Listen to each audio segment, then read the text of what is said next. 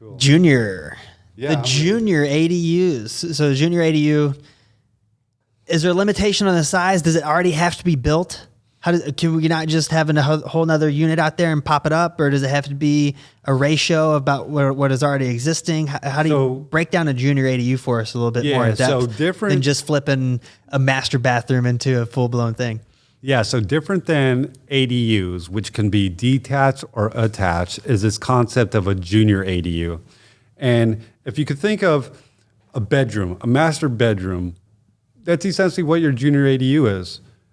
The spirit and intent of a junior ADU is really to just convert existing livable space that's in your home right now into its own dwelling unit, okay? Like I said, we could convert a master bedroom that's already got a bathroom.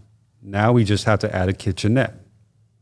What's a kitchenette? A kitchenette is no gas line, and the stove, the microwave, like it can't be so big. Like all you can do is plug it into a 110 socket. Oh, gotcha. Okay, that's a kitchenette. So bathroom, kitchenette, and then the third piece for a junior ADU is you have to have a shared entryway into the main home. Again, going back to that master bedroom, it already has the door that goes into the hallway of your main home. That has to remain. Gotcha. But you could also cut a hole in the wall and have an outdoor door? It could have its own entryway, but you still have to have that shared entryway into the main home. Cool. And then the last thing, which is the kicker of a junior ADU, is junior ADUs require owner occupancy. So the homeowner has to live there on site. Doesn't have to live in that house, but it has to live on the property. Okay. So that is a huge difference between an ADU and a junior ADU. Let me run through that again. ADUs do not have to have owner occupancy. Junior ADUs do.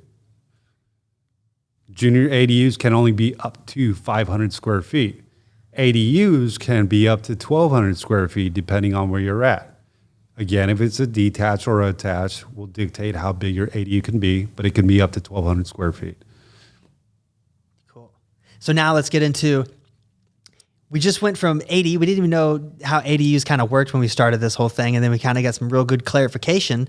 Then we went to, okay, it was one unit, and then now we can have 2 units, and then there's a senior and a junior. It's like, how big can we get with this? How excited, how juicy can you get us with this ADU stuff? Check this out. Let's roll. That was for a residential property based off of the zoning. But if the zoning is multi-unit, we could have up to 2 detached ADUs, and we could convert non-habitable space already existing, like a garage. We could convert as many garages, as an example, up to 25% of the existing units, no less than 1. That's the rule. So what does that all mean? If you have 40 units on a property. Yeah. Okay, so with multi-unit properties, you could have up to 2 detached ADUs, and you could convert existing non-habitable space into an ADU. How many? You could do up to 25% of the existing units. So as an example, if you have 4 units right now and you've got a bunch of garages out there, you could convert garage space into 1 ADU.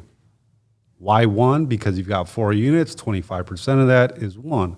If you have 10 units, 25% of that is 2.5.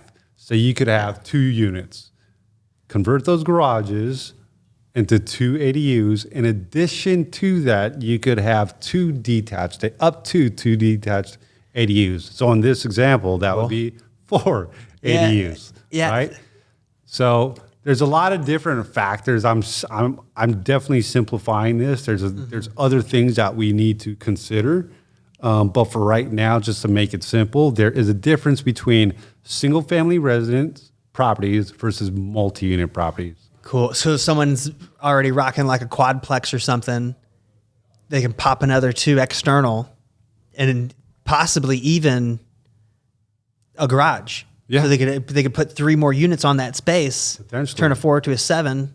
Yeah. Boom, you're unstoppable. Potentially. Yeah. Yeah. Absolutely.